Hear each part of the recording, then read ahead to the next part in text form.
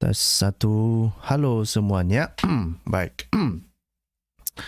Nah, malam ini kita akan melihat sesuatu yang menurut saya menarik ya.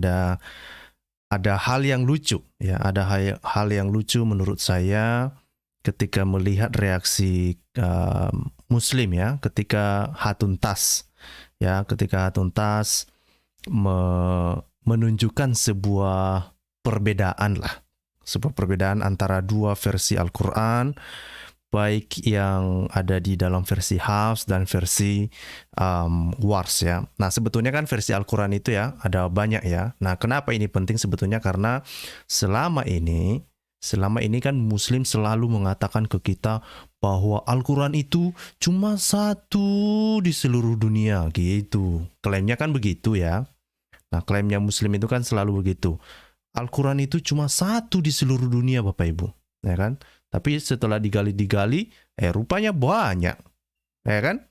Rupanya banyak. Nah kalau kita misalnya lihat ya informasi misalnya yang disampaikan oleh Dr. J. Smith misalnya ya, ataupun Hatuntas sendiri, sebetulnya ya kalau Bapak Ibu sadari ya, kalau itu Bapak Ibu sadari sebetulnya.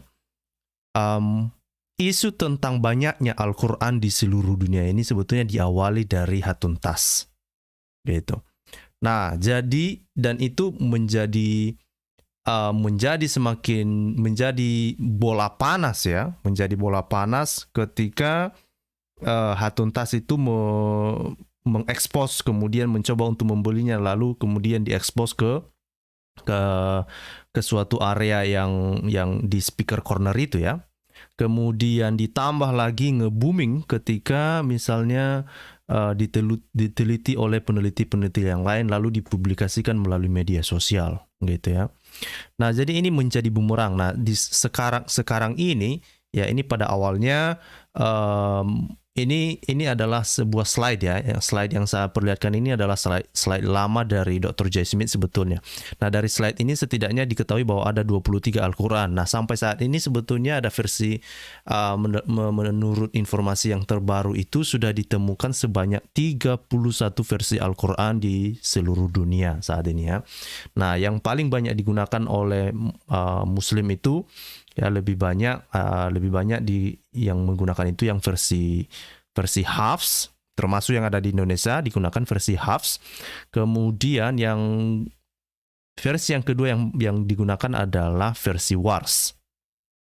Nah, kemudian yang lucunya adalah ketika Hatuntas menunjukkan tentang perbedaan di antara keduanya itu ya. Ini saya akan tunjukkan kepada Bapak Ibu ya. Ini nanti Bapak Ibu bisa melihat video ini di channel YouTube-nya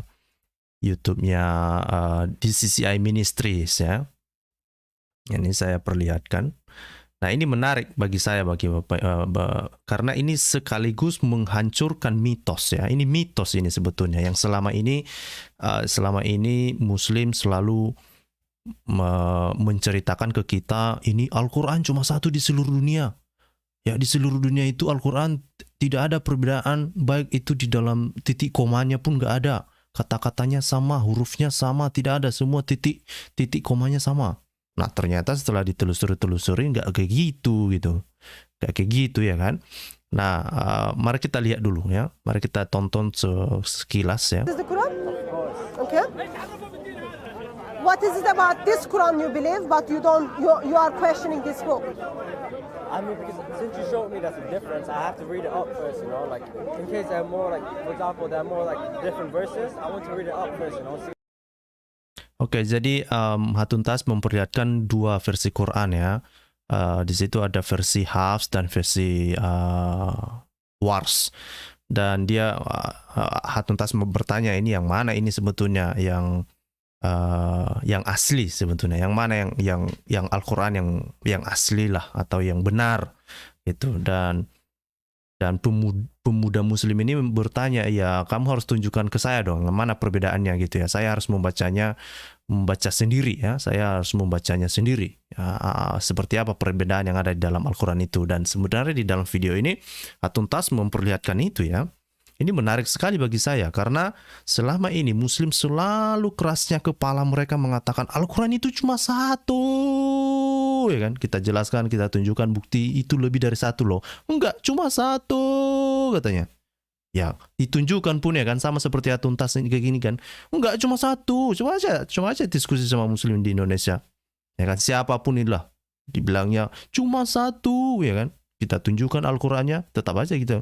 Ya kan? Aku kurang tahu gimana orang ini. Nah, ketika hal itu ini membuat ada dua nanti pemuda Muslim ini jadinya kebingungan mereka ketika Atuntas menunjukkan perbedaan di antara kedua versi ini. Ini masih dua loh, ini masih dua. Al-Quran masih dua. Al-Quran yang dikumpulkan oleh Atuntas ini ada 31 versi. Bayangkan kalau itu dibuka semua ya kan. Nah ini yang ditunjukkan ini masih dua. Nih coba. What's wrong and what's right. I want to read it How up. are you going to make a decision which one is right, which one is wrong? Of course, I'll consult people like sheikhs. They're trying to say there's two different Sheikh, Qurans. so Sheikh, Yeah, show the verse. I already showed your brother the verse. Yeah, I have a picture. Different verse. Surah Baqarah, yeah? He's saying this verse is different. So, you know, It's not I say, it is how it is. You saw by your own eyes. It wasn't about what I said.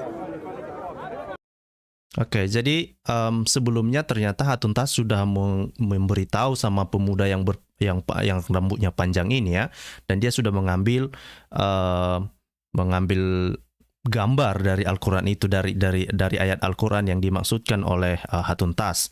Dan kemudian pemuda yang berambut panjang ini mengatakan, iya kalau ada perbedaan ini biasanya saya akan bertanya kepada syekhnya saya. Nah, tetapi mereka tidak bisa membantah karena tujuan daripada Atuntas adalah, inti dari pesannya adalah bahwa Al-Quran itu ada banyak versi. Ya, bukan hanya satu seperti yang sering diklaim oleh Muslim ya.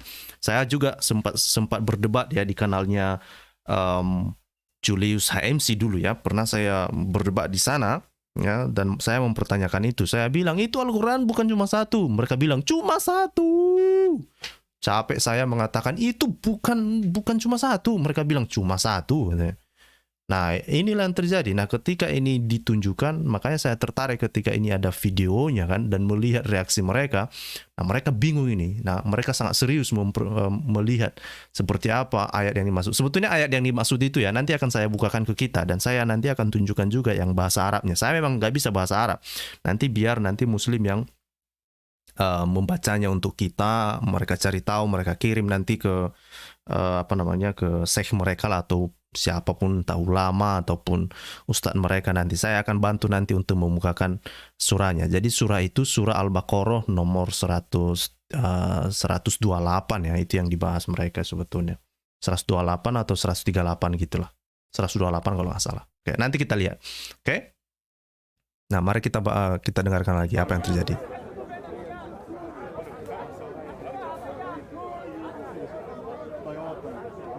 I'm just trying to figure out. and the other version is this one. So I'm trying to figure out when you cannot fast. Okay, I'll show you the Arabic. So when you cannot fast, you need to feed one person. Correct?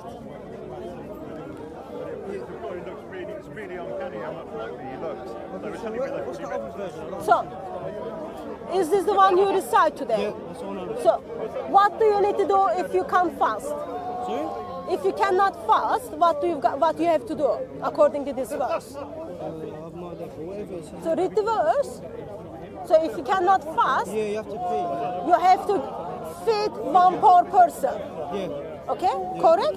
So in here, do you read Arabic? Yeah.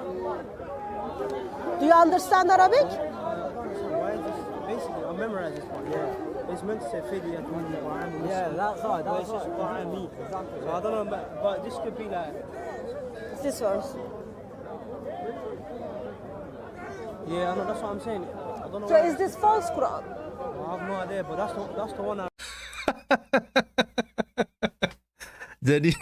Jadi itu dia yang pakai ini ya, yang pakai hoodie ya, itu pemuda yang pakai hoodie itu kan dia bilang Quran yang versi Hafs itulah yang dia hafal gitu. Itu yang biasanya sering dia lafalkan juga. Nah, terus dia mengakui bahwa di dalam versi Hafs itu bahwa ketika kamu tidak bisa berpuasa, kamu bisa membayarnya dengan cara memberi makan satu orang miskin gitu ya. Nah, terus di dalam versinya yang Wars ternyata itu memang mirip kisahnya atau mirip sebetulnya artinya, tetapi jumlah orang miskin yang diberi makan itu bukan cuma satu orang tapi banyak orang. Makanya pemuda yang pakai hoodie itu ya, yang pakai hoodie itu bingung dia, ini saya tidak tahu katanya. Saya tidak tahu. Jadi ketika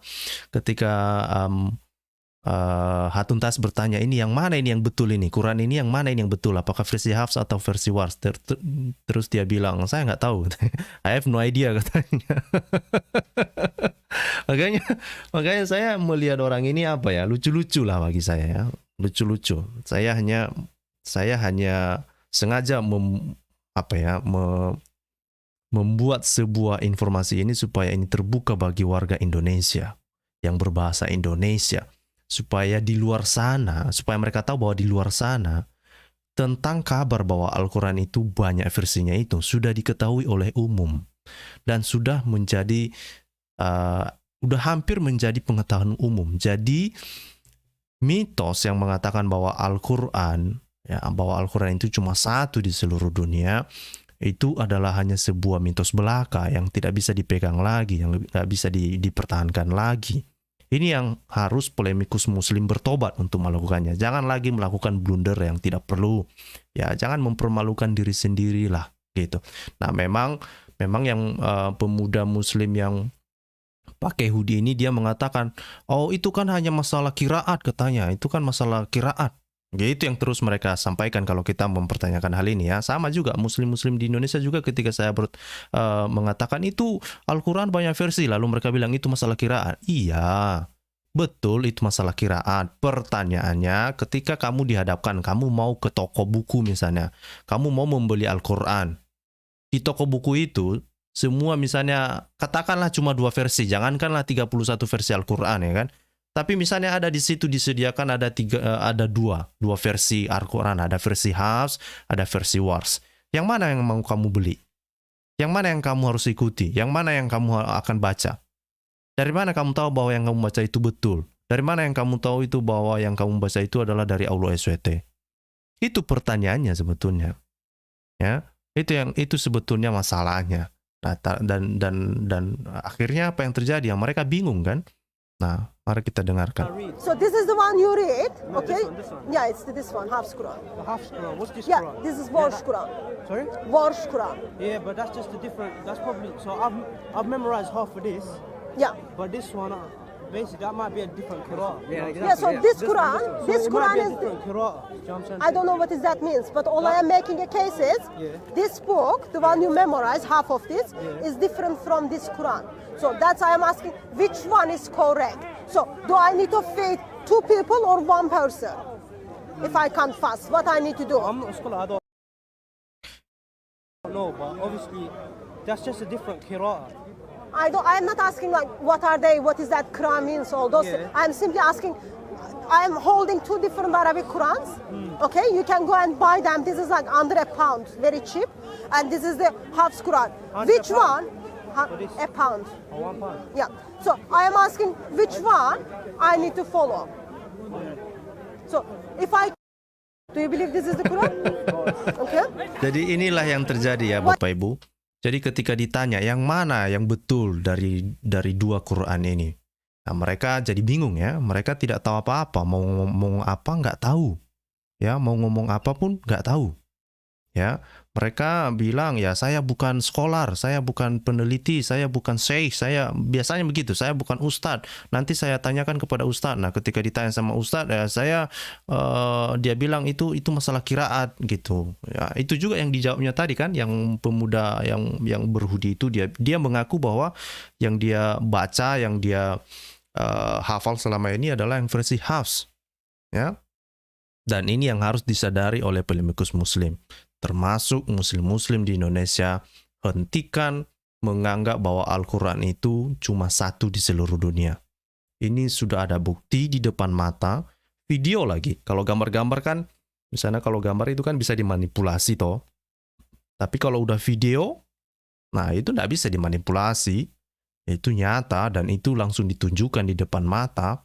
Nah, ayat yang dia maksud tadi itu adalah itu ada di dalam surah Al-Baqarah ya. Ini dia. Al-Baqarah 184. Oke. Ini dia. Ini saya perkecil. Oke. Nah, ini dia.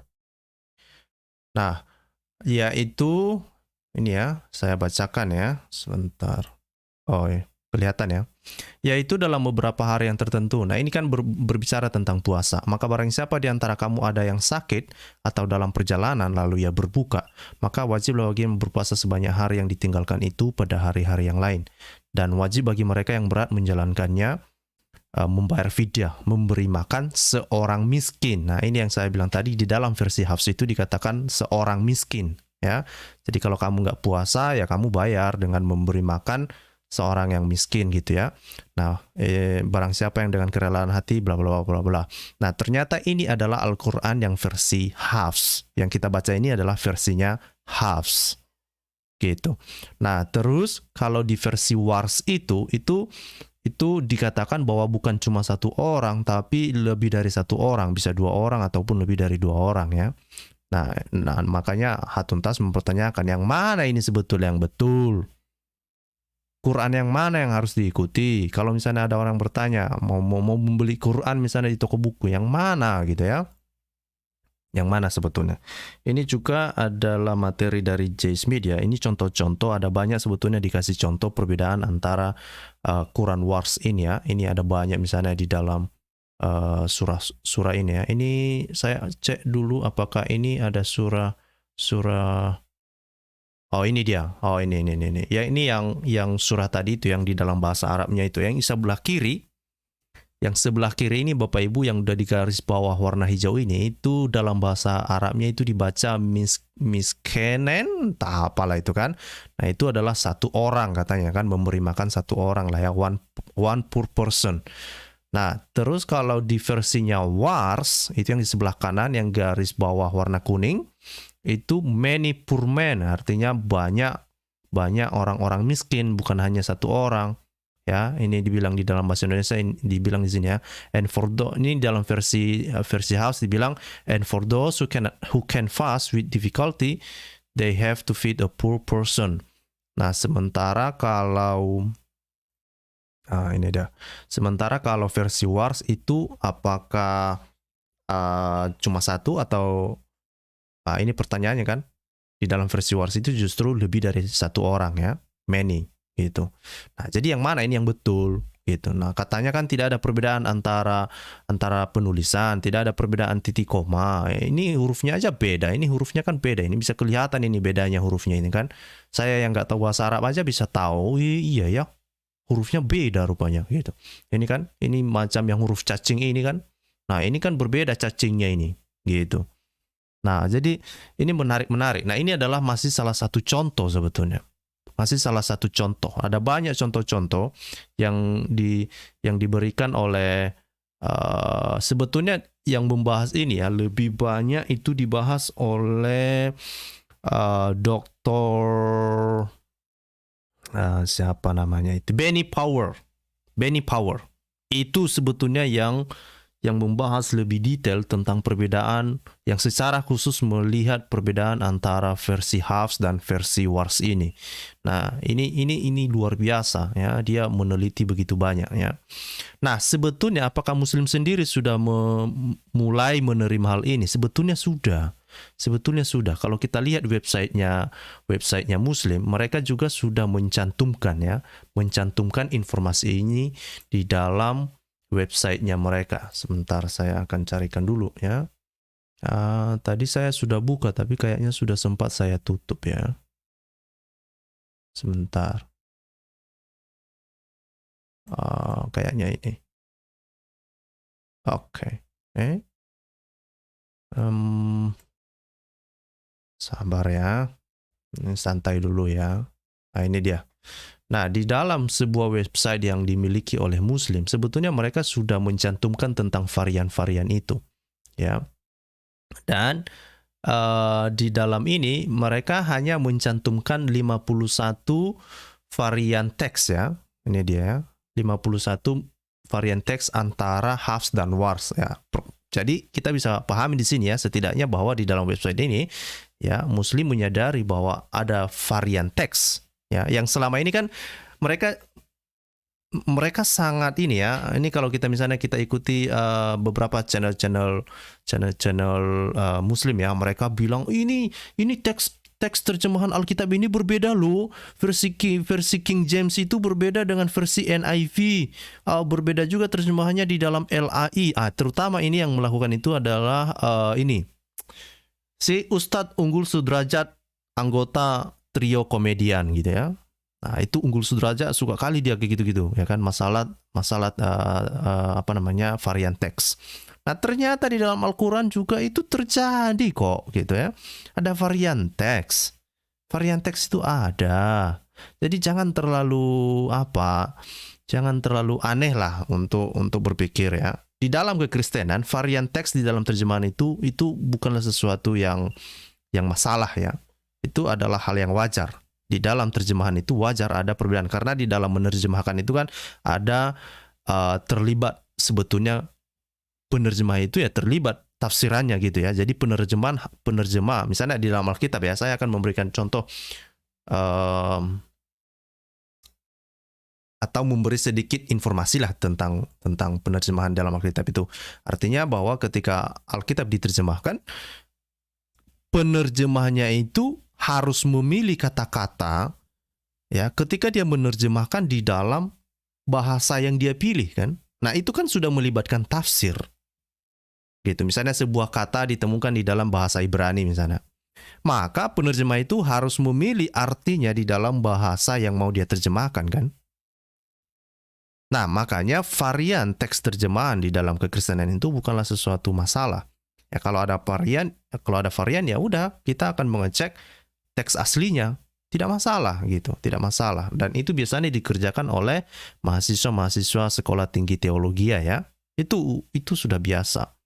Itu sudah biasa, dan makanya di dalam STT itu diajari bahasa Ibrani, ya setidaknya diajari bahasa Ibrani, bahasa Yunani kan. Nah, itu bahasa Ibrani 1, bahasa Ibrani 2 itu diajari, kemudian Yunani 1, Yunani 2 itu juga diajari ya, bagaimana cara membaca, kemudian bagaimana cara menerjemahkan gitu. Nah, terus kalau misalnya mahasiswanya mau pandai ya dia akan belajar juga bahasa Aramaik misalnya. Terus bisa diteruskan dengan misalnya bahasa Syria ya. Terus kalau mau bisa belajar bahasa Latin dan kemudian bahasa Arab. Itu bagus sekali sebetulnya. Jadi saya mengajak sebetulnya Bapak Ibu juga yang orang Kristen yang masih punya waktu, menyediakan waktu untuk mempelajari bahasa ini ya, terutama misalnya minimal lah bahasa Ibrani sama bahasa Yunani. Saya juga sedang belajar, oke? Saya sedang belajar. Nah, saya belum tahu, tapi bahasa Ibrani susah sekali saya pahami ya. Saya bisa mengerti untuk membaca dikit-dikit tentang bahasa Yunani ya. Saya bisa dikit-dikit lah ya. Nah, tetapi saya berharap Bapak Ibu meluangkan waktu untuk belajar itu gitu. Belajar juga, Bapak Ibu harus belajar juga. Memang penting itu. Ya, kalau kita mau mendalami firman Tuhan lah ya, kita mau melihat artinya sebenarnya seperti apa. Nah, kita kembali ke topik. Oke, kita kembali ke topik bahwa di dalam Al-Qur'an sendiri ada varian, itu adalah fakta. Dan itu dipahami sendiri oleh Muslim ini, dan mereka mengatakan setidaknya ada 51 varian teks di dalam ketika dibandingkan antara Al-Qur'an Hafs dan versi Wars. Kan gitu toh. Nah, yang mana saja itu misalnya ini mereka juga singgung ya, mereka singgung yang ayat 184 tadi. Nah, itu kan ada di sini ya. Mereka juga mengatakan di sini ya. Jadi a poor person, nah, ini kelihatan ya. Nah, ini kan perbedaannya kan. A poor person atau poor people ya. Jadi ini masalah satu orang atau lebih dari satu orang, itunya sebetulnya ya. Jadi kalau misalnya kamu nggak puasa, kamu cukup mengasih makan satu orang atau harus banyak orang gitu? Itu kan pertanyaannya. Itu kan berhubungan dengan masalah praktis kan? Praksisnya seperti apa jadinya kalau kayak gini-gini kan? Nah, makanya itu ini yang dibilang Allah apa ini? Allah week Q. Oke.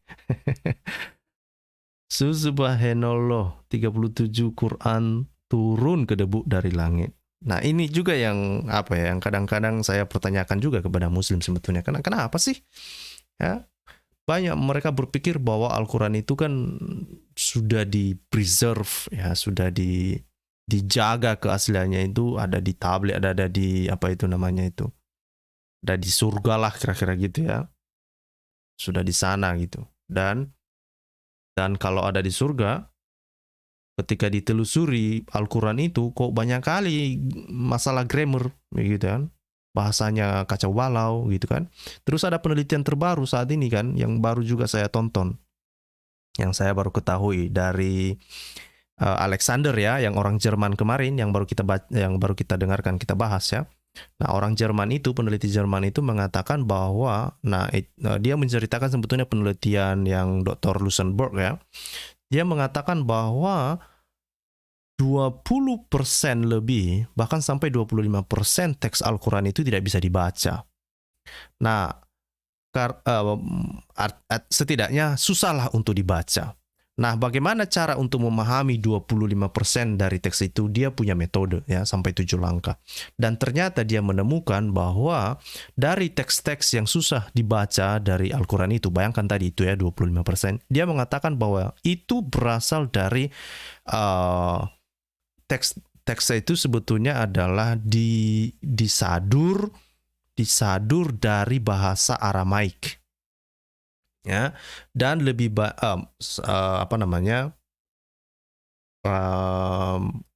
sebentar saya cek, bukan bahasa Aramaik deh, itu bahasa Siro-Siriak ya, Siro-Siriak kalau nggak salah. Sebentar, jadi Siriak kuno, bahasa Siriak kuno.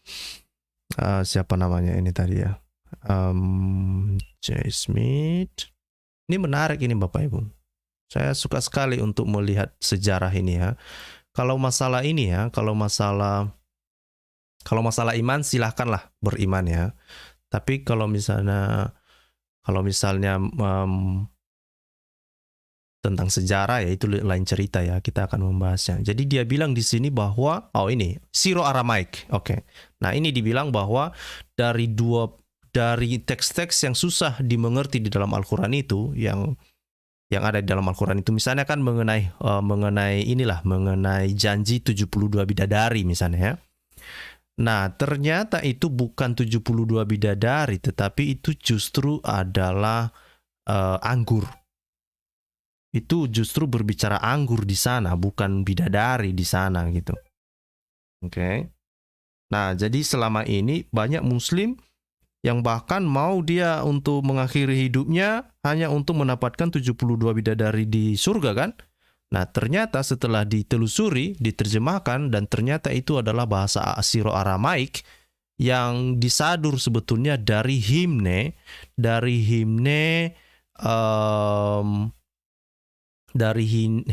Santo, siapa itu namanya ya, Santo, saya cari dulu namanya. Santo siapa itu ya?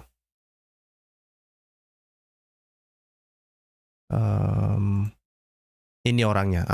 Dari Santo Efrem, yang dari Syria yang hidup pada abad keempat. Gitu loh. Nah, ternyata salah satunya itu dia kasih contoh di sini ya tentang masalah 72 bidadari itu. Nah, itu sebetulnya di dalam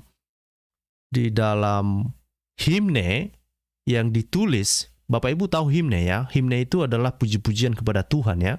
Dan itu ditulis oleh Santo Efrem ini ya, di Syria ya, pada abad keempat. Nah, ternyata himnenya Santo Efrem ini berbicara tentang, atau lebih banyak bercerita tentang surga lah.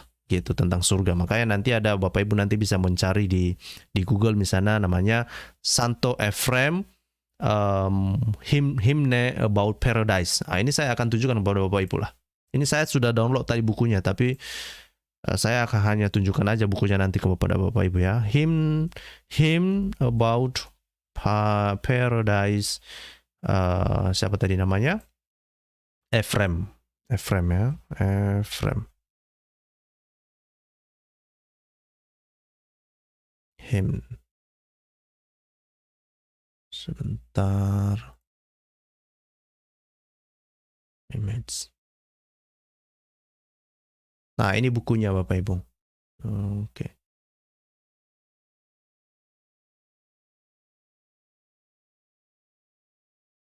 Sabar ya. Ini Santo Ephraim ya. Nah, ini adalah tentang himne tentang surga itu, gitu. Nah, di dalam himne tentang surga ini ada dibahas tentang anggur di sini gitu ya. Grapes. Nah, ini dia di dalam himnenya ini di halaman mana tadi? Ini di halaman halaman 111. Bapak Ibu nanti bisa membaca. Ini yang di dalam katanya Luxembourg tadi itu, kalau di dalam bahasa Aramaik, ini adalah tulisannya di dalam surah Aramaik itu mirip dengan tulisan yang ada di dalam surah Al-Quran itu yang berbicara tentang huris itu ya, berbicara tentang 72 tentang bidadari itu gitu. Nah, ternyata setelah diterjemahkan ulang, ternyata isi Al-Quran yang memuat tentang bidadari itu berasal dari himnenya Santo Ephraim ini. Oke, berasal dari Santo Ephraim ini.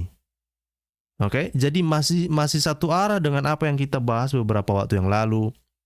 Sama seperti yang dikatakan oleh Dr. Odon LaFontaine juga. Sama juga seperti yang dikatakan oleh Dr. J. Smith. Sama juga yang dikatakan oleh Dr. Luxembourg ini. Ya, ternyata setelah diterjemahkan terjemahkan ke dalam bahasa Siro-Aramaik, ternyata itu bukan bidadari, tetapi hanyalah anggur. Jadi orang yang mau menghilangkan nyawanya, dia mau meledakkan diri hanya untuk mendapatkan 72 bidadari, rupanya yang didapatnya cuma anggur. Coba. Gimana ini?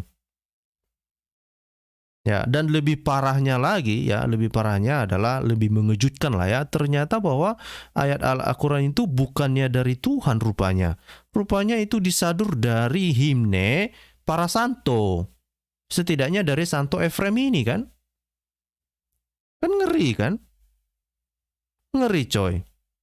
Nah, sekali lagi Bapak Ibu, makanya saya bilang mana ya, perlu juga untuk memahami bahasa ini. Kita hanya bisa membaca di dalam bahasa Inggris, jadi kita nggak dapat feelingnya kan. Saya berharap Bapak Ibu ada yang mau belajar lebih giat lagi untuk masalah bahasa. Jadi saya menganjurkan pelajari bahasa Ibrani, bahasa Yunani, kemudian lanjutkan dengan bahasa Aramaik, baru bahasa Syria, baru kemudian bahasa Latin, dan kemudian bahasa Arab gitu. Bahasa Arab terakhir aja lah gitu ya. Nah, saya berharap begitu ya. Nah, saya juga sekarang saya sedang fokus untuk belajar bahasa Ibrani sama bahasa Yunani. Mudah-mudahanlah saya bisa paham. Saya sampai sekarang belum masuk di otak saya untuk bahasa Ibrani ini. Sampai sekarang belum bisa saya baca. Nah, saya susah sekali untuk memahaminya gitu. Saya berharap mungkin Bapak Ibu ada yang lebih jago, lebih pandai untuk IQ-nya. Nah, ayo belajar dong ya. Ayo belajar. Saya aja yang sudah berumur, mau saya belajar. Masa Bapak Ibu yang masih umur 17 tahun tidak mau belajar sih gitu. Ayo, semangat ya. Nah, jadi kita kembali ke topik. Oke, sampai di mana kita tadi? Sampai di mana tadi? Oke. Nah, jadi mengenai versi yang mengenai versi Wars dan versi Hafs tadi ya. Nah, jadi setidaknya di dalam dunia ini ya, melalui peristiwa tadi Hatun Tas dan pemuda muslim tadi, kita bisa mengetahui bahwa Al-Quran itu bukan cuma satu. Nah, ini dikatakan di sini Hafs itu dibaca, dihafal oleh 95% muslim di dunia ya. Kalau wars itu sekitar 3% di dunia. Artinya kan berarti ada sekitar 2% lagi menggunakan versi Al-Qur'an yang lain kan. Nah, versi wars ini digunakan misalnya di Maroko gitu ya. Gitu.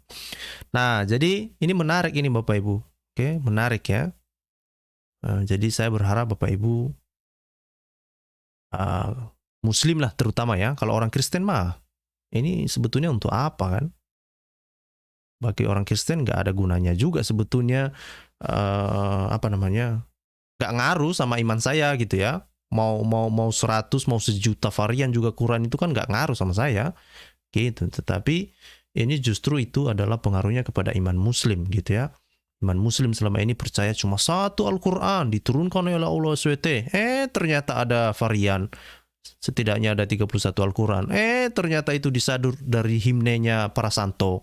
Santo Efrem salah satunya gitu. Gitu. Jadi ini kan. Nah, ini kan dari Vale Rossi. Ini menarik ini. Ini saya screenshot dulu ya.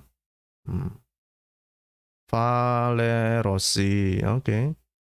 Ini menarik ini. Kalau ada komentar-komentar ini kan menarik nih. Oke. Ini sanggahannya katanya. Vale Rossi bilang ada beberapa sanggahan. Satu, memang boleh beda ahruf. Ya itulah yang tadi saya bilang tadi. Di dalam videonya Hatun tadi juga, ya, di dalam videonya Hatun ini juga memang yang pakai baju hoodie tadi itu dia mengatakan itu masalah kiraannya itu katanya kan. Dan kamu sekarang mengatakan masalah ahruf gitu ya. Kemudian memiliki arti yang berbeda. Masalahnya begini, Vale Rossi, ya kan? Vale Rossi, saya berharap mendengarkan ini pelan-pelan dan pahami. Masalahnya begini. Pertanyaannya sederhana. Kalau misalnya kamu ke toko buku, ya kan? Terus kamu melihat di sana ada, jangankan 31 varian Quran deh, 2 aja. Versi Wars sama versi Hafs. Udah, versi Wars dan versi Hafs. Pertanyaannya, yang mana yang akan kamu beli? Gitu kan? Yang mana yang mau kamu beli? Yang kedua, yang mana yang mau kamu kasih ke orang lain gitu? Misalnya orang tuamu atau kawanmu. Quran yang mana yang kamu sarankan gitu? Gitu kan? Apakah versi Hafs atau Wars? Terus kamu bilang, itu kan masalah kiraan. Betul, oke, tidak masalah. Tapi yang mana kiraan itu yang betul? Apakah versi Hafs atau Wars? Atau dua-duanya gitu. Kalau dua-duanya, kenapa kamu hanya menghafal Wars? Atau kalau dua-duanya benar, kenapa kamu hanya menghafal versinya Hafs? Kan gitu toh? Atau kamu mau bilang, oh nggak apa-apa gitu, nggak apa-apa, yang penting bisa hafal Hafs. Lah, tetapi intinya kan, masa kata Allah bisa dihafal yang versi Hafs saja. Tapi katanya tadi tidak ada perbedaan satu di seluruh dunia. Masa yang dihafal orang Maroko tidak sama dengan yang dihafal oleh imam murah penjelajah waktu, kan gitu. Kan itu bukan pertanyaan-pertanyaan sederhana ya kan. Nah, sebetulnya saya juga tertarik sebetulnya untuk mendebatkan ya secara filosofis tentang masalah bahasa Al-Quran ini. Tapi ya mudah-mudahan saya akan menemukan teman yang bisa diajak diskusi lah. Saya kalau masalah ini kan sebetulnya kan kurang tertarik saya dengan hal ini. Ini kan karena keanehan polemikus muslim aja yang mengklaim bahwa Al-Quran itu di seluruh dunia cuma satu. Itu kan sebetulnya klaim tidak masuk akal ya kan. Tapi menjadi habis waktu kita untuk mengatakan, sadar itu nggak betul. Nah, hanya gara-gara mereka terus klaim-klaim yang tidak masuk akal ini. Nah, lebih esensi sebetulnya saya lebih tertarik untuk mendebatkan hal-hal filosofisnya gitu ya. Misalnya kenapa Allah memilih bahasa Arab misalnya. Kenapa bahasa Al-Quran itu bahasa Arab? Nah, ada pertanyaan-pertanyaan yang bisa saya kembangkan dari situ. Dan itu sebetulnya yang pengen saya debatkan gitu ya. Gitu. Nah, kalau masalah ini mah ngapain kan? Itu sudah apanya itu. Bagi saya bagi saya varian tekstual itu justru adalah hal yang normal. Ya, tetapi bagi Muslim itu pula masalahnya. Nah, sekarang masalahnya sampai di telingamu, sampai di matamu kan, gitu. Nah, terus dibilang si Imam Murah sering-sering nonton MTQ internasional biar nggak malu-maluin Scott katanya gitu ya. Ya, itu tanya sama ini penyelenggara MTQ itu, yang mana yang dihafal di situ, yang versi Hafs atau versi Wars. Itu aja sederhananya. Ya kan? Kenapa kamu harus memilih versi Hafs? Kenapa kamu tidak memilih versi Wars? Gitu kan? Gitu. Terus kamu tahu nggak ini, misalnya si Imam Murah ini ya, kamu tahu nggak bagaimana proses pemilihan Al-Quran itu? Misalnya kan yang kenapa versi Hafs itu dipilih oleh lebih dari 95%? Kenapa itu yang yang disahkan lah ya, yang dijadikan sebagai Al-Quran untuk umum misalnya di Arab Saudi? Kenapa yang versi Hafs ya kan? Kenapa yang versi Wars ini dipilih di Maroko? Kenapa? Gitu. Itu yang harus kamu buktikan dong. Ya, apakah proses pemilihan itu memiliki sebuah standar yang layak dipertanggungjawabkan atau tidak? Ya. Nah, sama seperti misalnya Alkitab ya. Di dalam penerjemahan Alkitab itu kan misalnya kalau Alkitab itu kan ada yang manuskrip tertuanya itu kan misalnya Vulgata ya kan, ataupun Masoretic text misalnya ya. Nah, terus ada orang yang mau menerjemahkan, terus terjemahan-terjemahan itu dibandingkan gitu ya, termasuk misalnya yang mana sih yang lebih lama gitu ya, yang mana sih yang terjemahan yang lebih mendekati ke teks asli gitu ya. Nah, jadi penerjemahan Alkitab di dalam kekristenan itu bisa dipertanggungjawabkan, sehingga ketika terjemahan itu dipilih, misalnya ya ada orang memilih King James Version KJV ya, ada orang memilih yang di Indonesia ya dia hanya kemungkinan orang akan memilih LAI lah ya, terjemahan LAI. Ada orang memilih kalau di bahasa Inggris misalnya lebih mudah untuk dimengerti misalnya versi NIV misalnya. Ada orang memilih versi ESV atau NASB. Kalau saya sendiri sebetulnya saya suka yang ini ya, yang NIV ya. Kadang-kadang juga saya membaca yang NASB ya. Itu kan masalah referensi. Nah, penerjemahan mereka itu, penerjemahan Alkitab itu bisa dipertanggungjawabkan merujuk kepada teks mana yang mereka terjemahkan, dan kemudian bagaimana penerjemahan itu berlangsung, apakah diterjemahkan secara harafiah atau diterjemahkan dinamis gitu ya. Nah, jadi ini hal-hal yang bisa dipertanggungjawabkan di dalam kekristenan. Kalau masalah kekristenan ini, untuk muslim-muslim ketahui bahwa itu sudah berabad-abad diselesaikan masalahnya, dan itu bisa bertahan di dalam, terutama di hadapan, di tengah-tengah gempuran para liberalisme ya. Pertanyaannya, apakah Islam, Al-Quran bisa bertahan yang saat ini sedang menghadapi gelombang tekanan, gelombang serangan dari liberalisme ini kan? Kita lihat aja lah ya. Kita lihat aja ya. Nah, tetapi apa yang kita lihat, ternyata klaim-klaim para muslim yang selama ini dijaga selama janganlah kita hanya bilang klaim ya. Propaganda selama 14 abad itu hancur oleh serangan liberalisme. Ya kan? Hancur oleh fakta-fakta. Apa yang hancur? Misalnya klaim tentang Muhammad, klaim tentang Al-Quran, apalagi klaim tentang Mekah, ya kan? Hancur semua.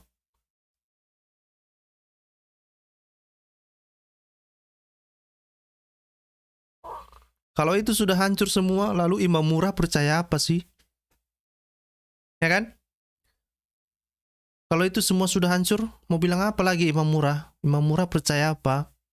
Ternyata Mekah itu nggak ada di abad ke-7. Lalu kalau nggak ada Mekah di abad ke-7, Muhammad hidup di mana gitu? Ya kan? Terus rupanya nama Muhammad itu adalah justru dipakai oleh Adam Malik pada tahun 691. Itu justru berlaku dan diaplikasikan, dipakai untuk dirinya sendiri setelah dia mengalahkan Ibnu Zubair. Ya kan? Lalu di mana Muhammadnya gitu? Ternyata Muhammad itu baru muncul di koin setelah tahun 691. Muhammad udah modar pada tahun 632. Iya. Jadi gimana? Lalu Imam Murah percaya apa dong sekarang? Percaya apa? Percaya kepada Muhammad? Keberadaannya di abad ke-7 dipertanyakan. Ya, banyak para ilmuwan mengatakan ini Muhammad kayaknya nggak ada deh pada abad ke-7. Dia kemungkinan baru muncul di akhir-akhir abad ke-7 itu pun di tahun 690-an gitu. Lalu kamu percaya apa coba? Sekarang kamu percaya apa? Ya kan? Nah, terus ada lagi penelitian terbaru kan, ternyata dikatakan sama seperti yang dibilang oleh Bumi Datar ini ya. Sementara saya screenshot. Ini benar ini. Ini sudah dibahas oleh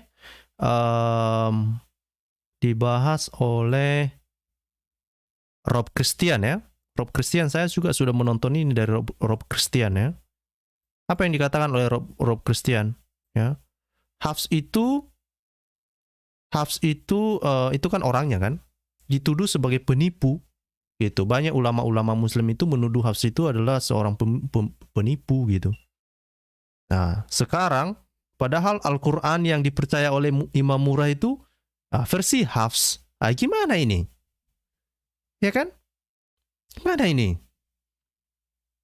Gimana ini? Saya jadi kasihan saya sama Imam Murah karena Imam Murah ini kan penggemar setia saya kan. Nah, makanya kemarin saya sudah bilang sama dia, nanti lama-lama kamu di sini Imam Murah kamu jadi murtad kamu. Murtad pula kamu dari Islam. Nah, memang saya harapkan, tetapi saya tidak memaksamu ya.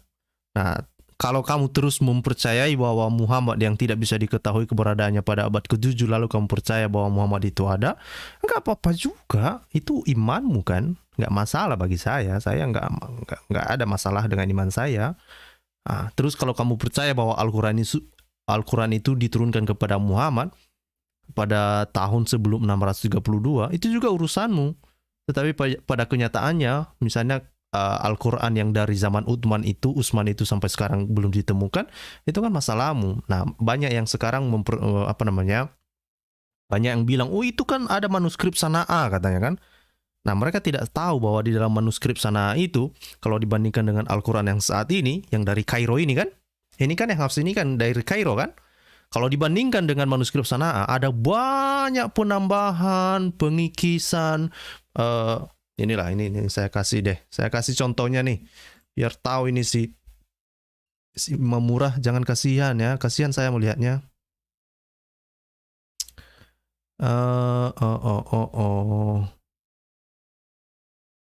Ini dari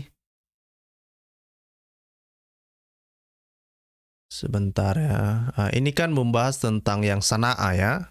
Nah, ini contohnya ini nih. Kamu lihatlah ini. Lihat ini Imam Murah. Ini adalah contoh dari manuskrip Sana'a itu. Nah, itu yang warna ungu. Warna ungu itu kan di balik atau di bawahnya warna ungu itu kan ada yang warna agak biru-biru itu kan. Nah, itu kan setelah dibubuhi cairan kimia kelihatan di mana teks-teks itu yang ditimpakan. Artinya ada yang ditulis ulang. Gitu ya.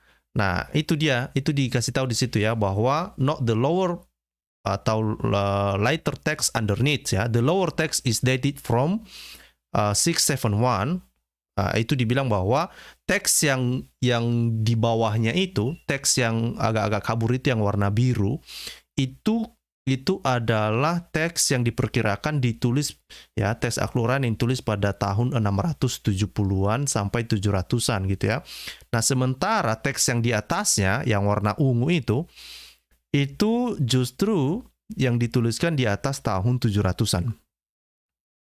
Nah, pertanyaannya kan, kenapa bisa terjadi ini Imam Murah? Kenapa Al-Quranmu diganti-ganti? Ya, kenapa itu ada penambahan-penambahan seperti ini? Ini setelah dilihat di bawah ultraviolet loh. Ya, di sinar ultraviolet itu dibubuhkan.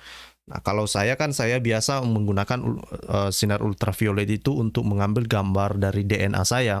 Nah, kalau orang ini kan monograf kan, mereka ngambil fotograf untuk manuskrip. Nah, ini contoh-contohnya ini. Yang mana ini? ya kan? Kemudian ya ini banyak ini yang ini contoh-contoh ya perbedaan-perbedaan di dalam salinan yang manuskrip Sana'a itu dan manuskrip yang di Kairo itu, yang versi Hafs itulah yang kamu punya kan. Nah, misalnya itu di dalam surah pasal 2, surah 2 ya, surah 2 surah Al-Baqarah ini kan 88 ya. Terus ada perbedaan ini kan, perbedaan kata di situ kan.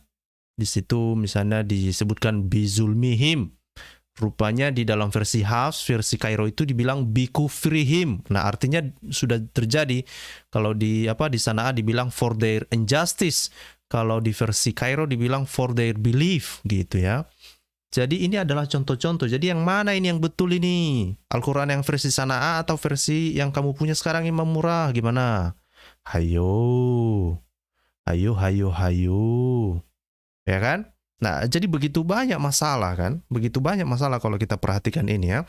Apakah ini cuma satu ayat? Ada banyak ayatnya Bapak Ibu. Ini Bapak Ibu ini surah 9 ayat 2, 9 ayat 9, 9 ayat 13, surah 9 17, 9 18, 9. Oh, banyak lah pokoknya. Banyak semua ini semua.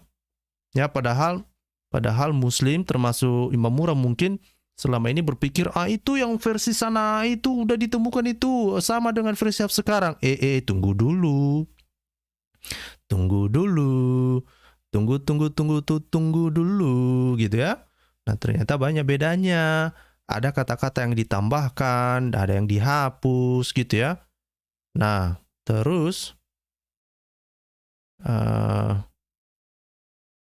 nah ini adalah carbon date ya, carbon date yang bisa dilihat ya. Nah, sebentar, sebenarnya ada yang mau saya tunjukkan ya. Ya,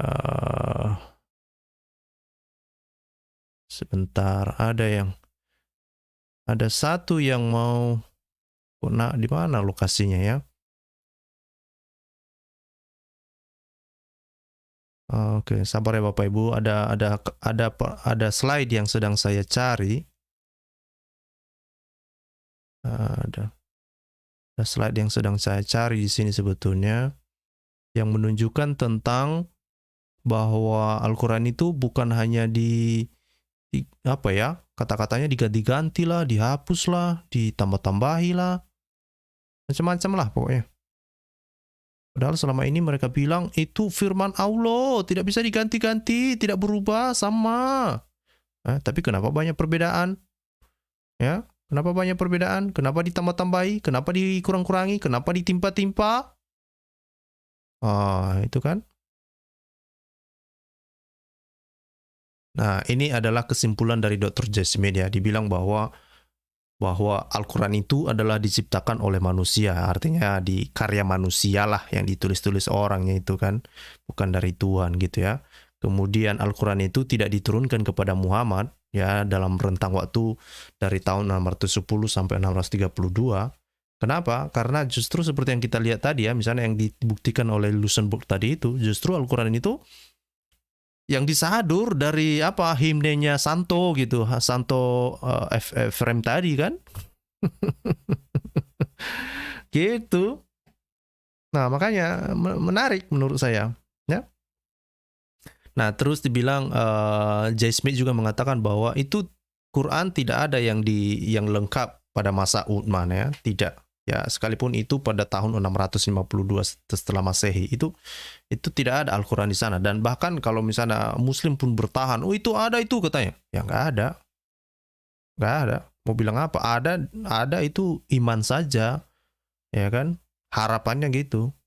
Nah, kemudian di dalam kurun waktu sekitar 1300 tahun itu ada ternyata ayat-ayat Al-Quran itu yang telah diubah-ubah ya secara sengaja. Misalnya tadi seperti yang kita tunjukkan itu ada yang ditambah-tambah lah, ada yang dihapus lah, ya kan?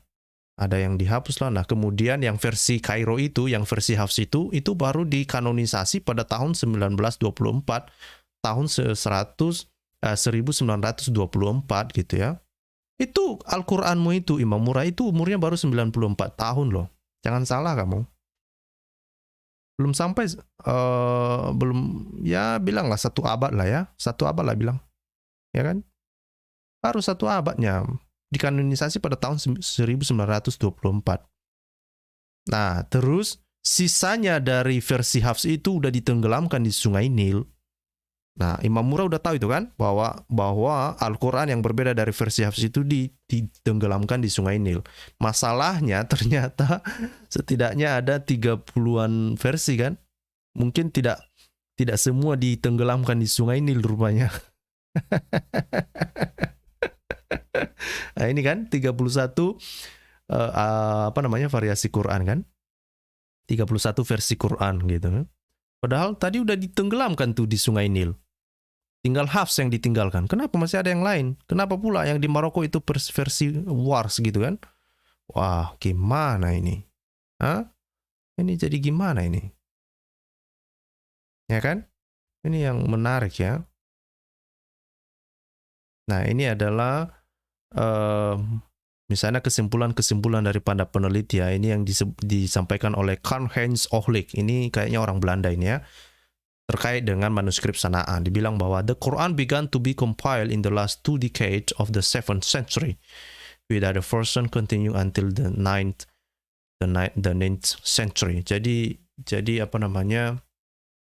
Al-Quran itu dikatakan bahwa itu dikompilasi justru di abad ke-7 ya. Ya, di dalam dua dekade ya, 20-an tahun lah ya, di abad ke-7 katanya. In the last 2 decades of the 7th century, artinya di dalam 20 tahun terakhir abad ke-7. Itu artinya kemungkinan kalau 20 tahun berarti dari tahun 680-an sampai tahun 700 lah kan. Itunya masuknya itu.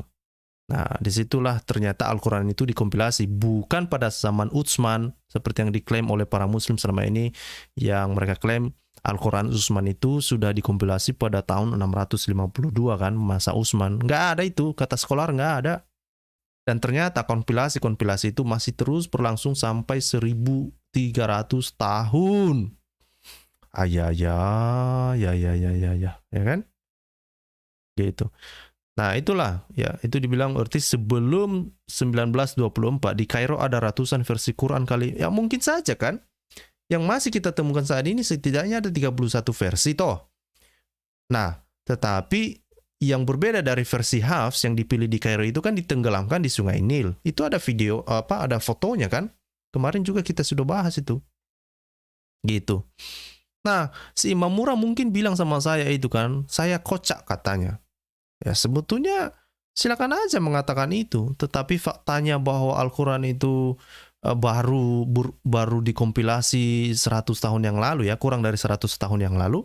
Nah, itu kan masalahmu dong, bukan masalahnya saya gitu ya. Bukan masalah saya itu. Oke? Iya, itu dibilang Pak Jepanya Sembiring ya. Dingin banget pengen masuk surganya Islam ya. 1400 tahun dibodohi, bukannya diprotes malah dibilang mati ya sih. Ya itulah.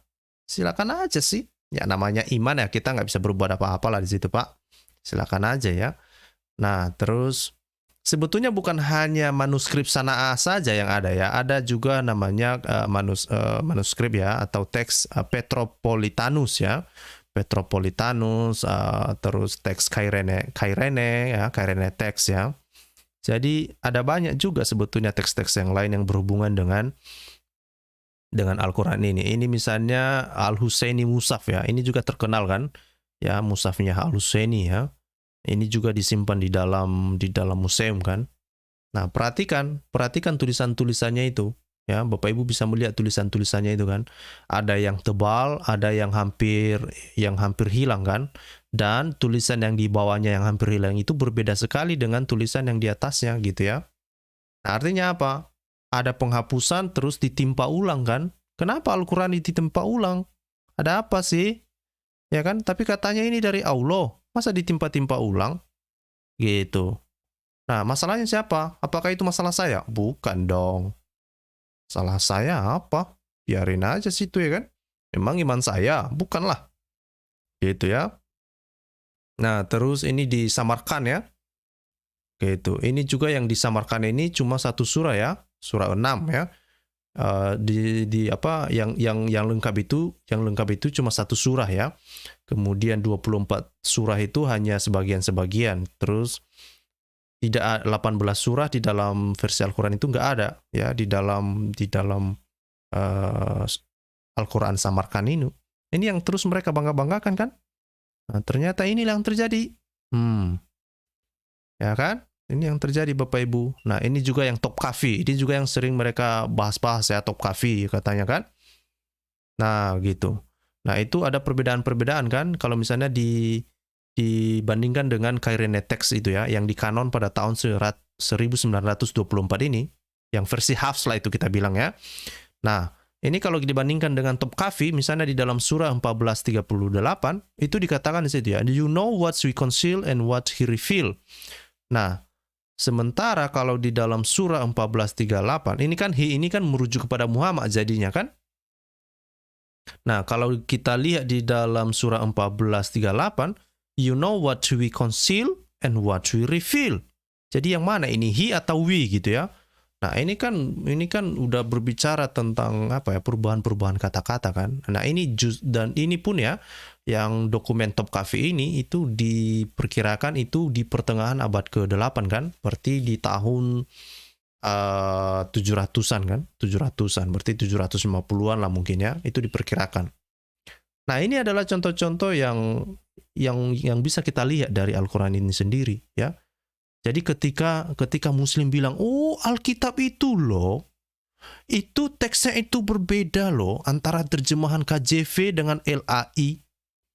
Terus terjemahan NIV itu berbeda loh dengan KJV. Ya udah tahu juga, orang Kristen udah tahu. Ya namanya terjemahan ya beda-beda aja lah. Ya kan? Ya kalaupun berbeda terjemahan ya kita lihat teks aslinya dong. Ya kan? Dan bagi orang Kristen itu bukan masalah. Muslim aja yang mempermasalahkan itu. Nah, ternyata ketika ditelusuri Quran, lebih parah. Lebih parah. Justru sumber-sumber Al-Quran itu sendiri, justru banyak yang teksnya dihapus, banyak yang teksnya ditimpa-timpa. Ya kan? Gimana? Apa yang bisa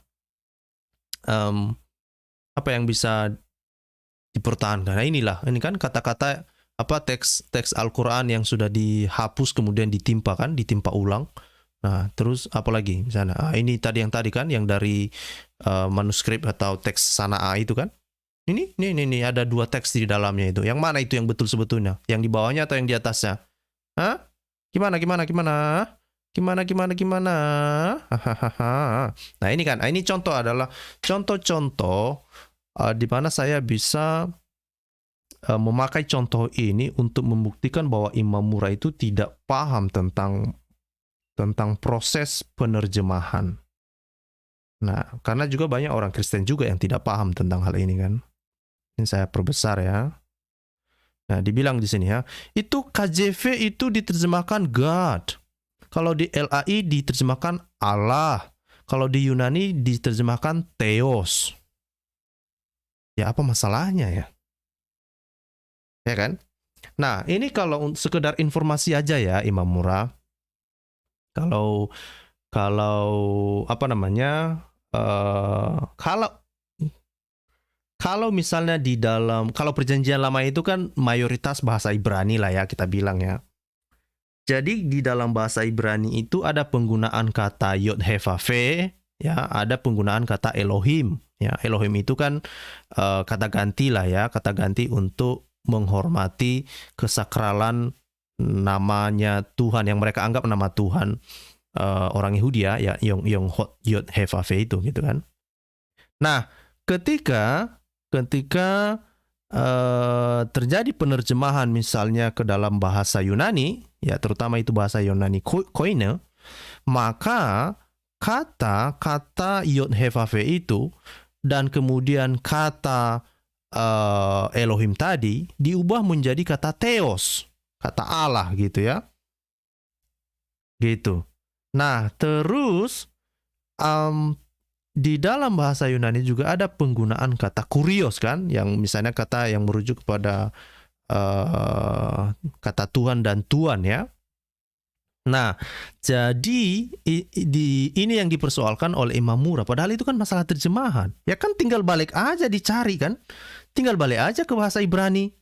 Tinggal dicek aja ini yang dimaksud KJV ini, yang dia terjemahkan God ini, dia merujuk kepada Yod-Heh-Vav-Veh atau Elohim. Ya kan? Kalau misalnya di LAI, dia menerjemahkan Allah ini dari teks mana dulu? Apakah dari Masoreti teks atau dari Vulgata, atau itu yang perlu dipahami kan? Atau dari Septuaginta kan? Nah, apakah Allah itu yang dia maksud itu adalah Yod-Heh-Vav-Veh atau, tapi setahu saya kalau di LAI itu kalau Yod-Heh-Vav-Veh itu diterjemahkan dengan kata Tuhan huruf besar semuanya gitu ya. Itu yang saya tahu. Gitu. Nah, sementara kalau Elohim itu diterjemahkan dengan kata Tuhan tapi hanya huruf T-nya aja yang huruf besar. Gitu. Jadi itu sudah inilah seni di dalam penerjemahan. Karena kenapa? Ada istilahnya juga namanya kontekstualisasi ya. Karena kita juga namanya juga orang LAI kan berusaha untuk membuat itu, mengkontekstualisasikannya juga di dalam bahasa kita kan, bahasa Indonesia. Gitu. Nah, jadi jangan aneh lah gitu ya. Jangan aneh, lebih bagus kamu fokus ke sini dong, ke masalah ini. Misalnya ini dalam manuskrip Sanaa ini gitu ya, masalah manuskrip Sanaa ini. Nah, justru yang dipertanyakan ini ya, Imam Murah ini yang mana ini? Yang betul ini yang mana ini? Yang tulisan di atasnya atau tulisan di bawahnya ini? Yang mana ini? Yang tulisan warna ungu atau tulisan yang warna biru-biru di bawahnya ini? Ya? Itu kan setelah difoto di bawah sinar ultraviolet itu. Hayo. Gimana? Ini kan manuskrip Sanaa ini, gitu ya. Jadi yang mana ini yang dimasukkan di dalam versi Hafs, yang mana dimasukkan di dalam versi Wars? Kan gitu toh? Gitu toh? Terus Imam Murah mempertanyakan kenapa pakai kata Allah? Apa masalahnya? Orang Indonesia kan mengadopsi kata Allah itu karena kita menyerap bahasa Arab kan? Kan banyak bahasa-bahasa negara lain yang bisa kita serap. Bahasa Belanda misalnya lakban. Kata lakban itu bukan bahasa Indonesia itu loh, itu bahasa Belanda itu. Kata Allah juga itu dari bahasa Arab itu, bukan bahasa Indonesia itu. Apalagi kata-kata yang lain misalnya banyak bahasa Arab yang kita serap. Itu kan untuk memperkaya bahasa kita gitu ya. Ya nggak apa-apa. Kalau bagi orang Kristen ya Allah itu ya itu gelar. Itu gelar itu nggak masalah. Muslim aja yang menganggap Allah itu adalah nama pribadi ya kan? Kan lucu. Ya bagi saya lucu gitu ya. Ngapain kamu anggap itu nama pribadi? Aneh kamu. Ya kan? Aneh kamu. Gitu dong. Oke, jadi ya itu Pak Abdul juga ada di sini rupanya. Iya, sekolah bahasa Belanda kita, Pak. Aduh, jadi ya itu kan katanya, ini kan yang dibilang, kata CP jangan pakai kata Allah. Ya, itu kan dikatakan CP. Itu sebetulnya kan CP kan membantu supaya memang untuk membuat pembedaan ya. Pembedaan gitu ya. Tetapi saya tidak anti dengan itu. Itu kan saran dia dong. Saran dia. Kalau saya lebih bagus itu kita kontekstualisasikan lah. Kalau di dalam bahasa daerah kami, yang Yod-Heh-Vav-Veh itu di dalam perjanjian lama, di dalam bahasa kami itu diterjemahkan sebagai Yehova. Jadi kami di dalam bahasa kami menyebutnya Yehova gitu. Nah, sebetulnya kan ada banyak orang yang menyebut Yod-Heh-Vav-Veh itu kan dengan kata Yahweh ya. Nah, sebetulnya itu kan penyebutannya kan kurang tepat ya. Tetapi ya itu kan masalah orang nyaman menyebutkan kan nggak masalah kan. Bagi saya juga nggak mempermasalahkan itu. Tetapi ketika orang mengatakan, pasti harus kita menggunakan kata Yahweh, ya itu yang kurang tepat ya. Nah, terus misalnya kalau di orang Batak kalau nggak salah juga mereka menyebutnya sebagai debata kan. Ya nggak apa-apa lah. Ya kan, kalau Yod-Heh-Vav-Veh mereka juga terjemahkan dengan kata Jehovah ya, Jehovah kan gitu. Ya enggak apa-apa. nggak apa-apa. Bagi saya itu terjemahan, ya. Nah, itu yang dibilang Pak Abdul ya. CP sudah paham akan kondisi kata Allah dalam Alkitab bahasa Indonesia. Dah klarifikasi drone. Iya, betul. Artinya sebetulnya CP hanya berharap itu ada pembedaan yang jelas. Tetapi kalau kita sebagai orang Kristen sudah menangkap maksudnya, ya nggak apa-apalah. Toh kita juga menganggap Allah itu bukan nama orang kok, itu cuma gelar. Nggak masalah lah. Biarin aja gitu. Imam Murah yang menganggap itu sebagai nama pribadi, ya kan? Kamu menertawakan dirimu sendiri kan? Nggak apa-apa dong. Oke? Nah, ini misalnya lagi, oke. Nah, terus apa ini?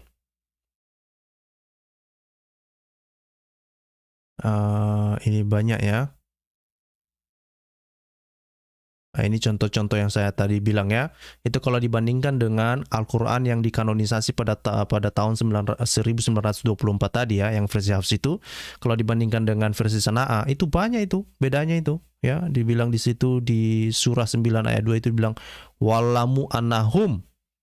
Nah, terus kalau di versi Kairo walamu anakum. Nah, yang mana ini yang betul ini? Ya kan? Ini contoh-contohnya gitu ya. Nah, varian-varian itu sebetulnya, ya sekali lagi bagi saya pun ini sebetulnya nggak masalah ya. Tetapi masalahnya adalah orang Muslim mempermasalahkan tentang varian itu gitu. Ketika ada varian itu mereka bilang bahwa itu bukan kitab suci. Nah, itu artinya ya Quran itu bukan kitab suci dong kalau begitu. Kan gitu kan? Sederhana gitu. Orang kamu yang ngomong kok. Ya kan? Banyak ini. Banyak ini. Gitu kan?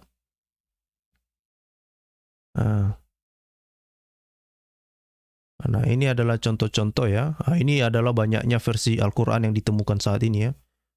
Ini dia ada versi-versi juga banyak di dalamnya. Ini banyak ini.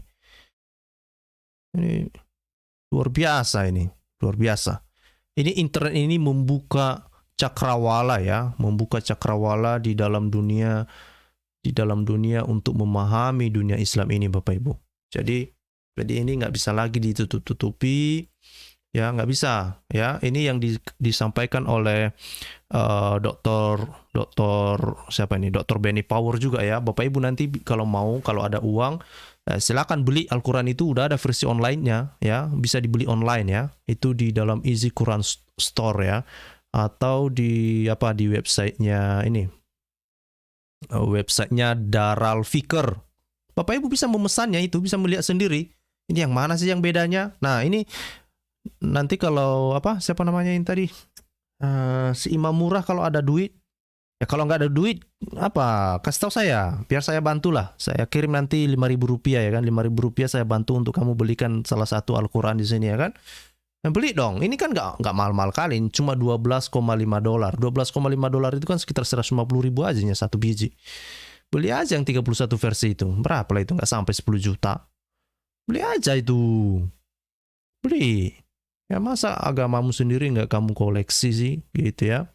Nah, itu yang dikatakan oleh Bernie Power. Ada banyak masalah ini.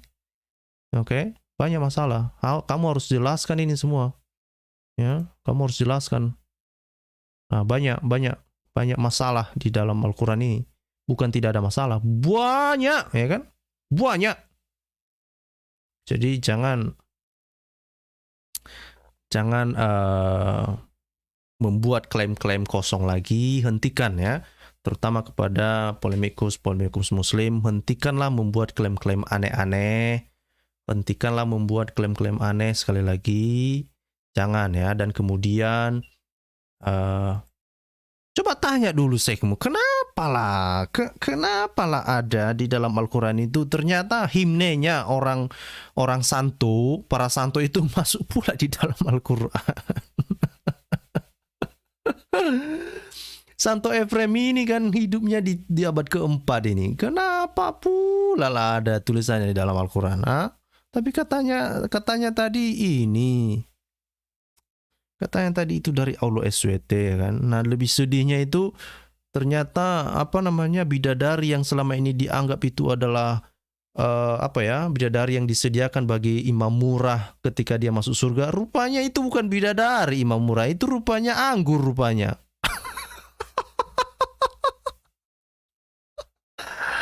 Cuma anggur rupanya yang disiapkan di sana. Ya, ini saya kasih contoh lah. Ini sudah dikasih contoh oleh Alexander ya. Ini. Nah, ini dia. Ini di dalam surah 44 dan surah 52 ayat 20 ya. Nah, kalau di dalam Al-Quran itu kan dibilang bahwa kami kawinkan mereka dengan gadis yang bermata lebar lah, kira-kira gitu ya.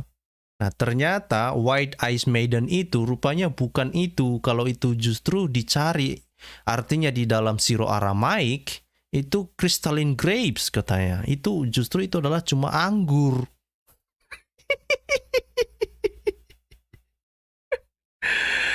Aduh, kacau. Lu berharap dapat bidadari, rupanya itu cuma anggur.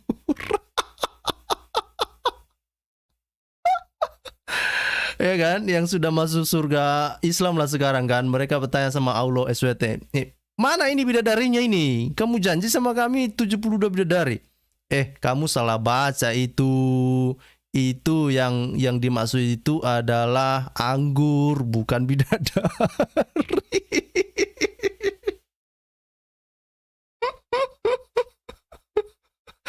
Aduh. Harapannya dapat bidadari, rupanya dapat anggur. Lu bisa beli itu di minimarket, banyak anggur. Serius lah, itu anggur banyak di minimarket. Nggak usah pergi ke surga Islam lah, serius. Ya, rupanya di surga Islam nggak ada rupanya itu bidadari. Yang ada cuma anggur.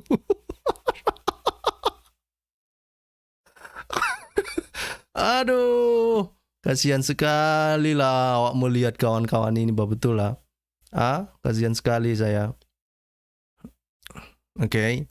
Nah, ini di dalam ini kan, ini adalah penjelasan yang disampaikan oleh Profesor Hudenberg itu kan, Luxemburg itu ya, dibilang di sini. Itu huris yang dijelaskan di dalam Al-Quran yang di dalam surah tadi itu ya. Di dalam surah berapa tadi itu?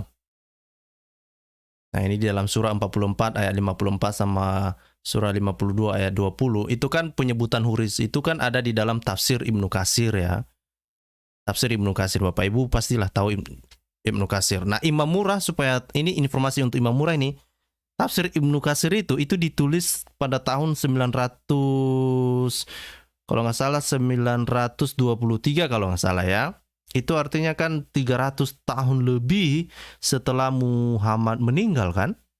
Bagaimana sebuah tafsir yang diturunkan kepada Muhammad pada tahun 603, di bawah tahun 630-an, itu bisa dikasih tafsir oleh Ibnu Katsir pada tahun 923 gitu ya. 923, artinya ada sekitar 300 tahun jaraknya. Itu coba dulu bayangkan tuh. Ya kan? Nah, itu dibilang di sini ya. Kalau itu diterjemahkan di dalam bahasa Aramaik kuno, justru huris itu sebetulnya adalah artinya kan mata ini, bagian putih mata ya, bagian putih mata. Nah, ketika ditanya Muslim ya, kenapa Ibnu Katsir menafsirkan bahwa huris yang dimaksud itu adalah manusia yang memiliki warna mata yang lebih lebar ya, warna putih di matanya. Bapak Ibu bisa melihat bola mata Bapak Ibu ya. Misalnya nanti berkaca kan ada warna putih dan warna hitam kan. Nah, dia bilang di sini bahwa huris itu memiliki warna putih yang lebih banyak gitu ya, lebih besar. Dan itu yang dikatakan sebagai bidadari-bidadari cantik itulah gitu ya. Nah, ternyata bidadari-bidadari yang memiliki bagian putih mata yang besar itu yang akan dikawinkan kepada pria-pria Muslim katanya kan. Nah, itu adalah pengertian secara literal ya, atau pengertian lah tafsir dari Al-Quran itu, dari ayat tadi itu ya. Gitu ya. Dan Dan ternyata menurut beberapa tafsir yang lain ya, ketika Muslim ditanya kenapa itu diasosiasikan dengan bidadari, dan mereka mengatakan bahwa penggunaan kata mata putih itu katanya itu merujuk atau bisa dikaitkan dengan kecantikan dari bidadari itu. Ya, kalau kita baca di dalam tafsir, di dalam hadis kan, misalnya di dalam hadis Bukhari ya kan Muhammad mengatakan bahwa itu bidadari itu saking cantiknya itu kan tulang betisnya kelihatan kan, ya kan? Tulang betisnya kelihatan kan. Nah, kalau Bapak Ibu belum pernah melihat itu, nanti saya akan tunjukkanlah kayak mana bidadari yang ada di dalam pikiranmu.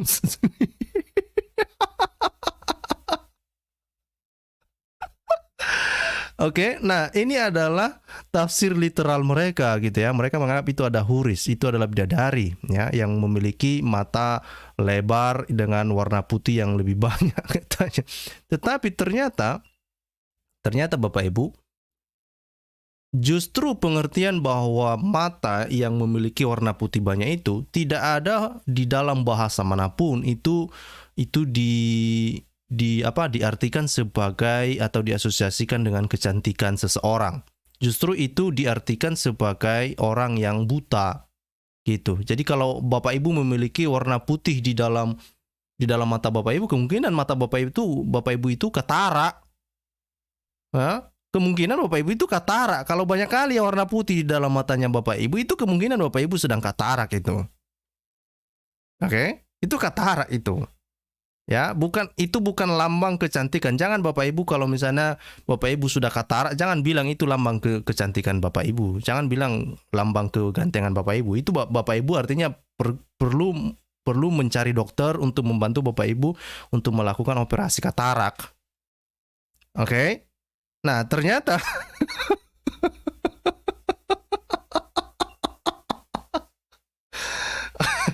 ternyata itulah yang dipercaya oleh muslim-muslim ini, ya kan? Di surga rupanya mereka berpikir ada bidadari yang memiliki mata lebar dengan warna putih lebih banyak ya, lebih besar. Itu iya, itulah bidadari kataraks kan?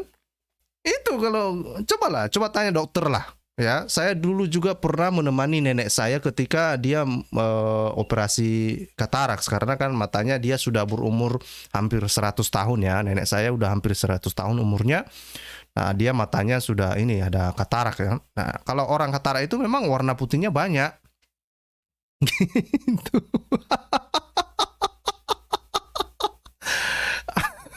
Ini nggak enak didengar memang, tetapi ya kita mau bilang apa coba?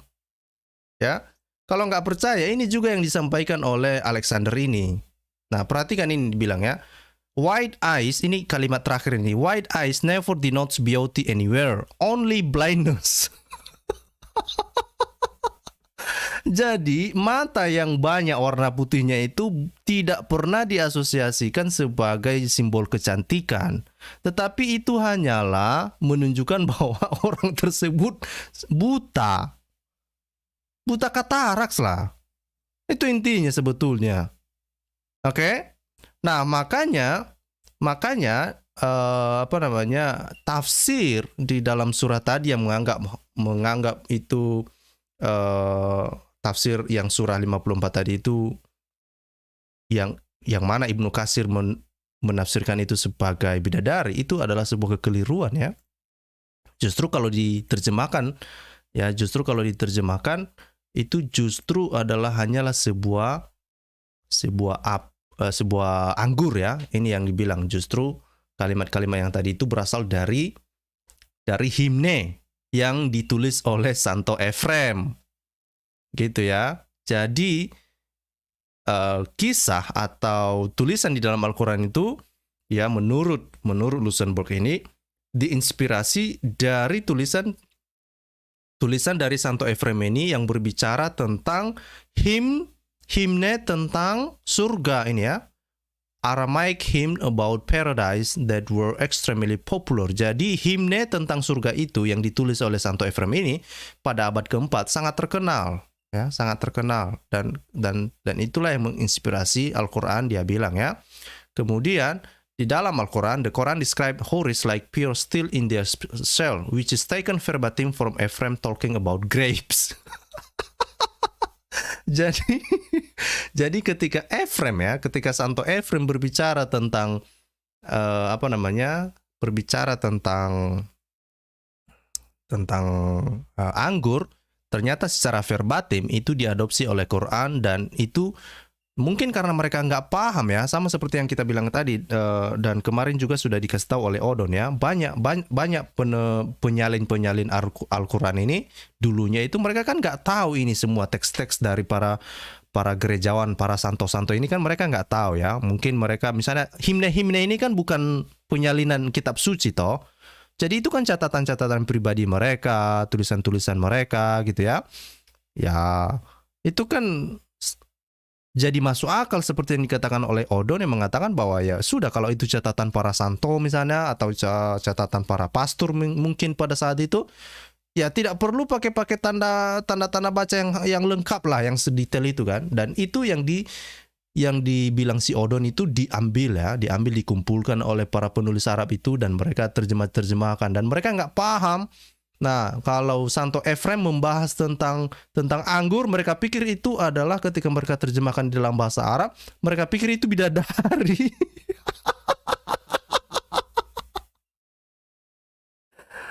Itu dari Pak Budi Liman. Himne itu nyanyian bukan? Iya, puji-pujian, himne.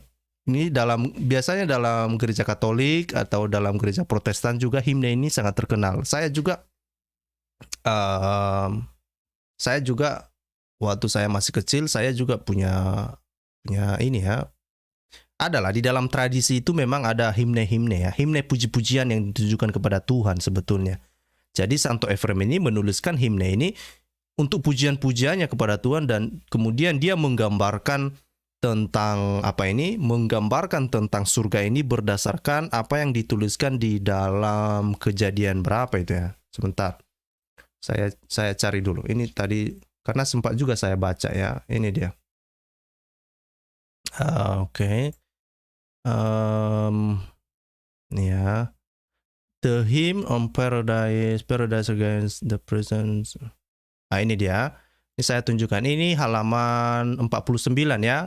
Santo Ephraim's Concept of Paradise ya. Kita ke halaman 49 ya. Nah, biar kita paham maksudnya apa gitu ya.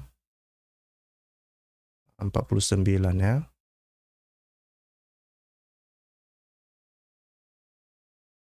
Nah, ini dia. Bapak Ibu kelihatan ya.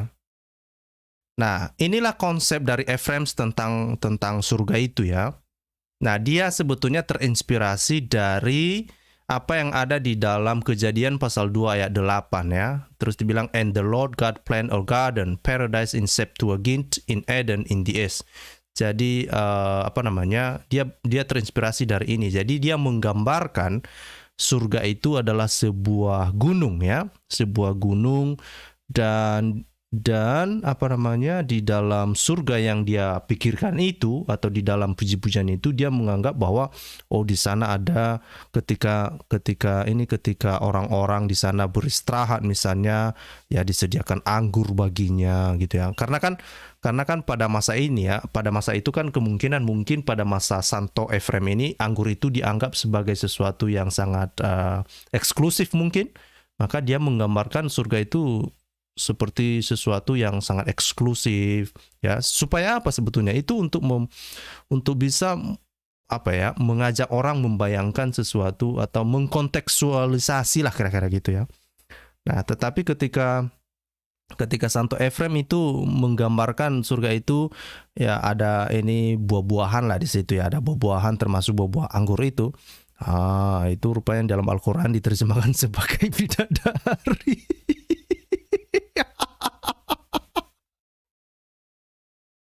Aduh. Aduh. Oke. Nah, saya juga ketawa-ketawa tadi membaca ini kan. Jadi intinya itu yang ada di dalam tulisan. Sebetulnya ini menarik kalau Bapak Ibu juga memahami bahasa bahasa Aramaik ini sebetulnya menarik ya. Sebetulnya mempelajari bahasa Aramaik itu penting loh Bapak Ibu. Saya memang nggak tahu, itu intinya. Saya sekarang ini saya sedang fokus untuk belajar bahasa Ibrani sama Yunani. Ya, saya nggak tahu apa-apa tentang bahasa Aramaik ini, makanya kita nggak dapat feel-nya gitu. Ya, seperti apa tulisannya, seperti apa kata-katanya itu kan penting ya. Nah, karena mempelajari bahasa Aramaik itu penting juga ya. Yesus juga kadang-kadang berbahasa dalam bahasa Aramaik ya. Misalnya kutipan misalnya atau tulisan misalnya Golgota misalnya. Itu Golgota itu bukan bahasa Ibrani itu. Itu juga bukan bahasa Yunani. Itu bahasa Aramaik. Gitu ya. Terus ketika Yesus juga mengatakan Eli Eli lama sabachthani gitu ya. Nah, sebetulnya kalau dalam bahasa Aramaik itu bukan sabachthani tapi asaftani. Gitu. Oke, grapes not wine. Grapes itu anggur kan? Coba dulu, grapes itu anggur kan? Itu yang ada dalam pikiran saya. Nanti saya salah pula saya ngomong grapes. Grapes. Iya dong, anggur dong. Ini kan grapes. Ya kan? Nah, ini kan anggur kan? Nah, rupanya ini yang diharapkan bidadari, rupanya dapat anggur.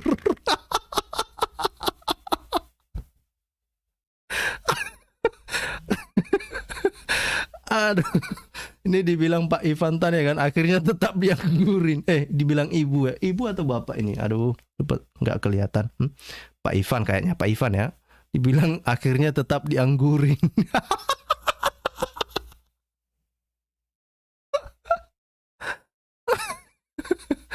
Aduh.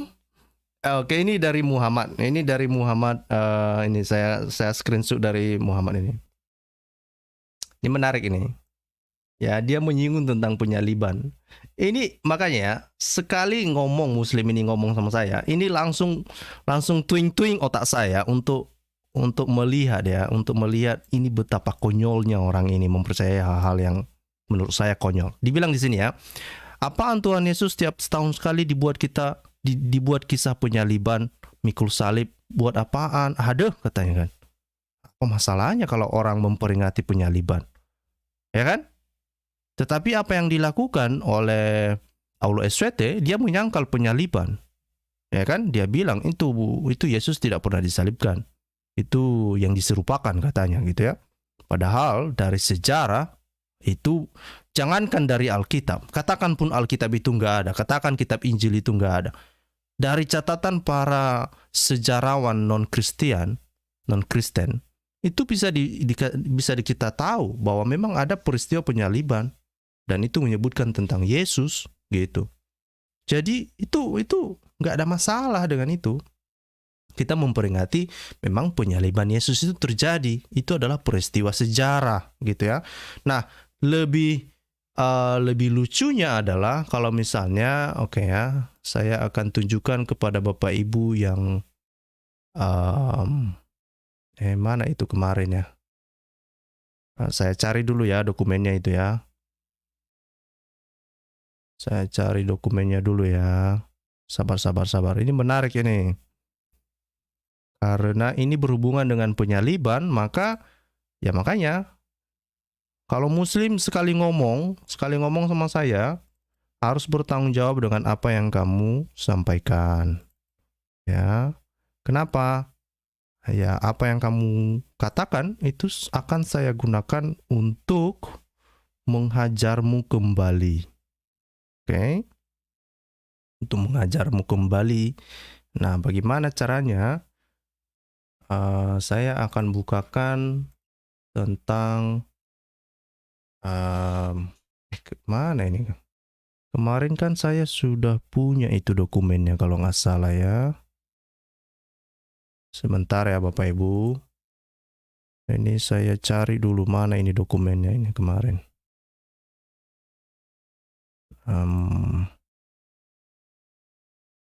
Sebentar.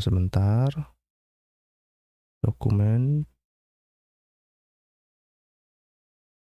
Sabar ya, sabar.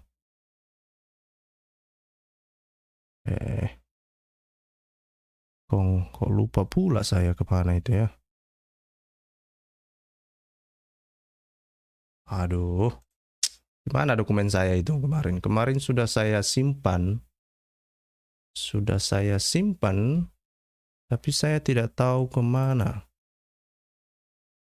Saya tidak tahu kemana saya simpan. Ya kan? Tentang anakronisme ya.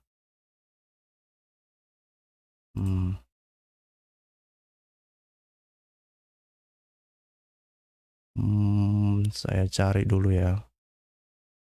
Aduh. Anakronisme. Oke lah, mungkin lain waktu kita akan bahas itu. Karena itu menarik sebetulnya masalah penyaliban. Karena Aulo SWT ya menyinggung tentang penyaliban itu. Aulo SWT menyinggung penyaliban itu ada di zaman Firaun katanya gitu. Ya. Nah, sementara dan itu penyaliban itu ada di Mesir katanya ya pada masa Firaun. Itu kan di Mesir. Sementara pada masa Firaun penyaliban itu, peristiwa penyaliban atau proses penyaliban itu nggak ada. Pada masa itu nggak ada. Jadi apakah Aulo SWT ini apa? Kurang pengetahuan tentang prasejarah, tentang peristiwa sejarah atau gimana? Gitu. Ya, pada masa Firaun di Mesir tidak ada penyaliban. Tapi kenapa dibilang pada masanya Musa ada penyaliban gitu. Padahal tidak ada. Gitu ya. Jadi ya kembali tadi ya silakan aja beriman sih apa yang dikatakan oleh Aulo SWT, tetapi semuanya itu kan bertentangan dengan sejarah kan. Nah, apakah itu layak dipercaya, itu urusanmu, bukan urusan saya. Gitu ya. Iya, anakronisme yang parah gitu ya. Gitu. Nah, saya pikir itu dulu lah ya untuk sampai hari ini. Saya pikir ini untuk bahan yang perlu teman-teman muslim pikirkan ya. Pertama bahwa